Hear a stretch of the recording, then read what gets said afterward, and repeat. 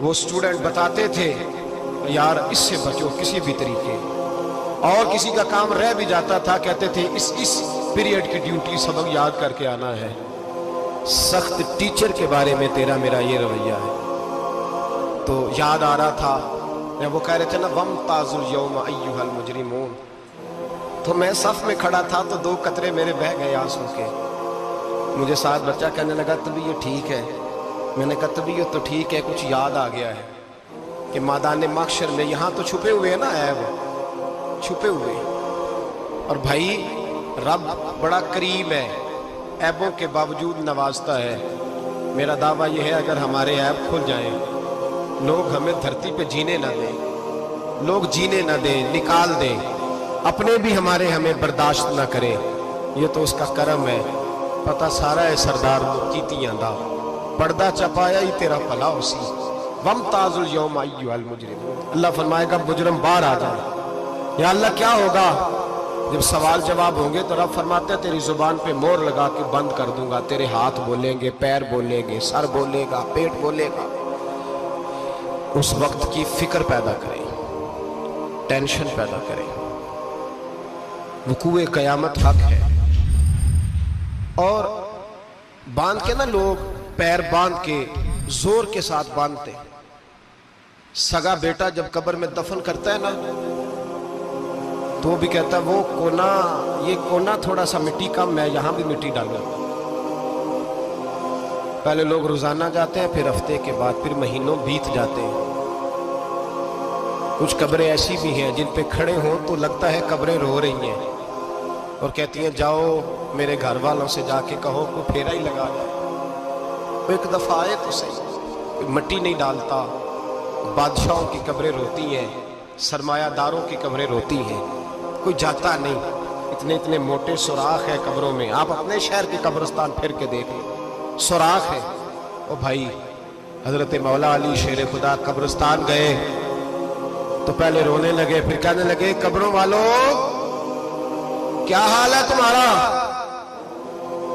تو آپ فرماتے ہیں مردہ مجھے اندر سے بول کے کہنے لگا علی کفن پھٹ گیا، ہڈیاں ٹوٹ گئی، مال تو دے آئے تھے وارثوں کو پر حساب ہمیں دینا پڑ رہا ہے، تو بتا پیچھے کیا حالات ہیں؟ تو حضرت علی کہنے لگے تمہاری بیویوں نے اور نکاح کر لیے، تمہارے دوستوں نے نئے دوست بنا لیے، تمہاری اولادوں نے تمہارے بغیر جینا سیکھ لیا، تمہاری جائیدادیں بٹ گئیں، تمہارا پیسہ تقسیم ہو گیا۔ پہلے تو کوئی تمہارا نام لیتا تھا، اب تو تمہارا ذکر ختم ہو گیا، اب تو 1-2 نسل تک تمہارا ذکر تھا، اب تو تمہیں یاد ہی کوئی نہیں کرتا۔ کہتے ہیں لوگ یہاں کوئی رہا کرتا تھا، یہاں کوئی ہوا کرتا تھا، اب تو تم قصہ پارینہ، قصہ ماضی ہو گئے۔ حساب کا وقت قریب ہے، قریب آ گیا وقت۔ اللہ فرماتے ہیں اقترب للناس حسابهم وهم فی غفلۃ معرضون، فرمایا حساب کا وقت قریب آ گیا ہے تو ابھی بھی غافل ہے۔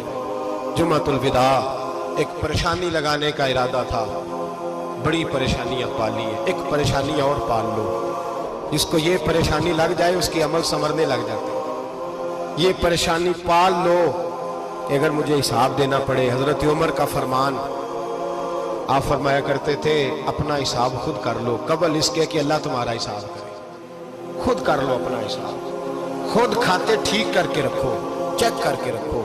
میری دعا ہے اللہ پاک ہمیں ان میں شامل کرے جن کو وہ معاف کرنے والا ہے۔